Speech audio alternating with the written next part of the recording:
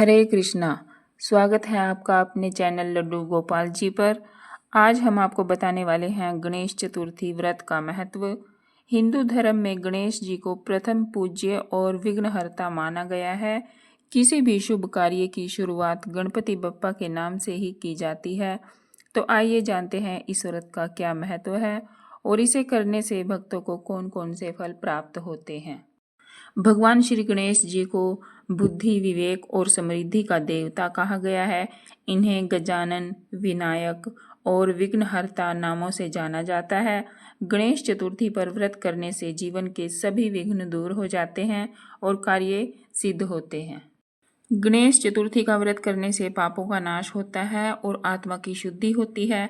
यह व्रत परिवार में सुख, शांति और समृद्धि लेकर आता है। गणपति बप्पा की कृपा से भक्त को ज्ञान, बुद्धि और विवेक की प्राप्ति होती है। कहा जाता है कि इस व्रत को करने से कार्यों में आने वाली बाधाएं दूर होती हैं और सफलता मिलती है।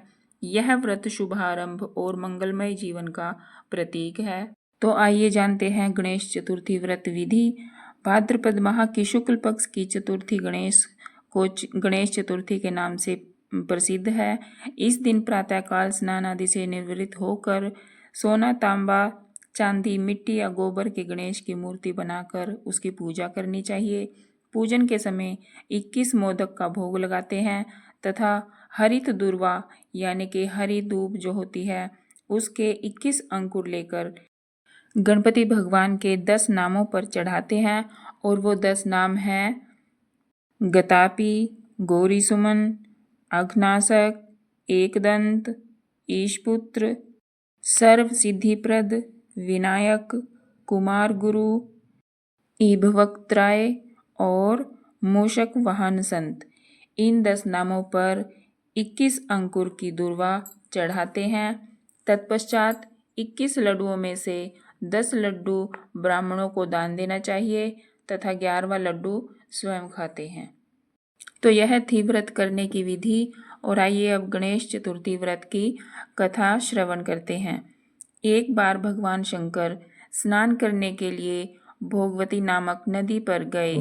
उनके चले जाने के पश्चात पार्वती जी ने अपने तन की मैल से एक पुतला बनाया जिसका नाम उन्होंने गणेश रखा। गणेश को द्वार पर एक मुद्गल देकर बिठाया कि जब तक मैं स्नान करूं किसी पुरुष को अंदर मत आने देना। भोगवती पर स्नान करने के बाद जब भगवान शंकर आए तो गणेश जी ने उन्हें द्वार पर रोक दिया। क्रुद्ध होकर भगवान शंकर ने उसका सिर धड़ से अलग कर दिया और अंदर चले गए। पार्वती जी ने समझा कि भोजन में विलंब होने के कारण शंकर जी नाराज हैं। उन्होंने फौरन 2 थालियों में भोजन परोसकर शंकर जी को भोजन करने बुलाया। शंकर जी ने 2 थाल देखकर पूछा, दूसरा थाल किसके लिए लगाया है? तो पार्वती जी बोली, दूसरा थाल पुत्र गणेश के लिए है जो बाहर पहरा दे रहा है। यह सुनकर शंकर जी ने कहा, मैंने तो उसका सिर काट दिया है। यह सुनकर पार्वती जी बहुत दुखी हुई और प्रिय पुत्र गणेश को पुनः जीवित करने की प्रार्थना करने लगी।